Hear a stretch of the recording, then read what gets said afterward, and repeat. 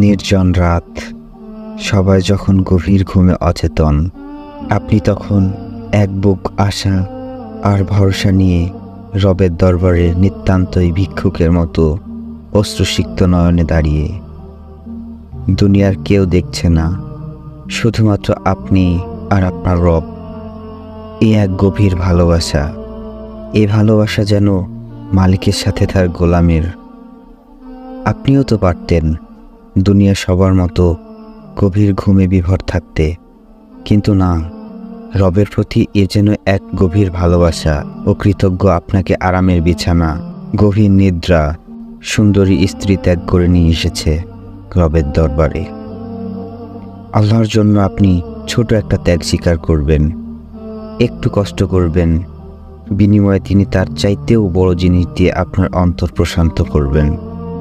আপনি যখন সেজদায় পড়ে আপনার রবকে কেঁদে কেঁদে বলছেন আপনার ব্যথাযুক্ত হৃদয়ের কথাগুলো, তখন আপনার মনে হলো আপনার রব আপনাকে বলছে, হে আমার বান্দা, আমি জানি কেন তোমার অন্তর এত বিক্ষিপ্ত, আমি জানি কিসের জন্য তোমার এত হাহাকার। দুঃখ পেও না, আমি তোমার সাথে আছি। আমি তখনও তোমার সাথে ছিলাম যখন এই দুনিয়াতে তোমার কোনো অস্তিত্বই ছিল না। আমি তখনও তোমার সাথে ছিলাম যখন তুমি মায়ের গর্ভে এক অচেনা পরিবেশে ছিলে। আমি তখনও তোমার সাথে ছিলাম যখন তুমি আমাকে চিনতে না। আমি এখনও তোমার সাথেই আছি।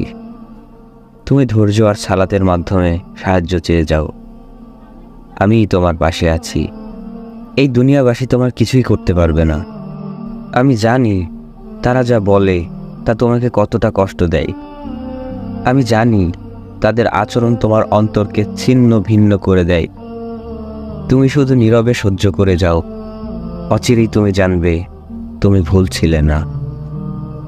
হে আমার বান্দা, তুমি সবসময় আমাকে বলো কেউ আমাকে বুঝে না, আপনি তো আমাকে বুঝেন। হ্যাঁ, আমি তোমাকে বুঝি, তোমার অন্তর সম্পর্কে আমি সম্পূর্ণ অবহিত। তুমি চিন্তা করো না, অচিরেই আমি তোমার প্রতি এমন অনুগ্রহ দান করব যে তোমার অন্তর প্রশান্ত হয়ে যাবে। তুমি না সবসময় আমাকে বলো আল্লাহ পাক কারো সাধ্যের বাইরে তার বান্দাদের ওপর কোনো বোঝা চাপিয়ে দেন না? ঠিকই বলো, তোমার রব তোমাকে এমন কোনো বোঝা দিবেন না যেটা সহ্য করার শক্তি তিনি তোমাকে দেননি। তুমি তো সবসময় আমাকে ডেকে বলো, হে আল্লাহ, আপনি আপনার প্রতিশ্রুতি পূর্ণ করুন, আমাকে কষ্টের পরেই স্বস্তি দিন।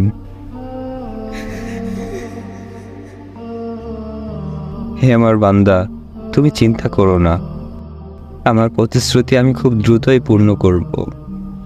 তুমি শুধু সবর করে যাও, বিশ্বাস রাখো এবং তাওয়াক্কুল করে যাও। আমি তোমার রব, আমি তোমার পাশে আছি এবং থাকব। তুমি না সেদিন বললে আমার রব তো এমন নন যে কেউ তার কাছে দুই হাত তুলে কিছু চাইবে আর আমার রব তাকে ফিরিয়ে দিবে। হ্যাঁ, তুমি ঠিকই বলেছ, আমি তোমার রব, তোমার কোনো দোয়াই আমি ফিরিয়ে দিব না।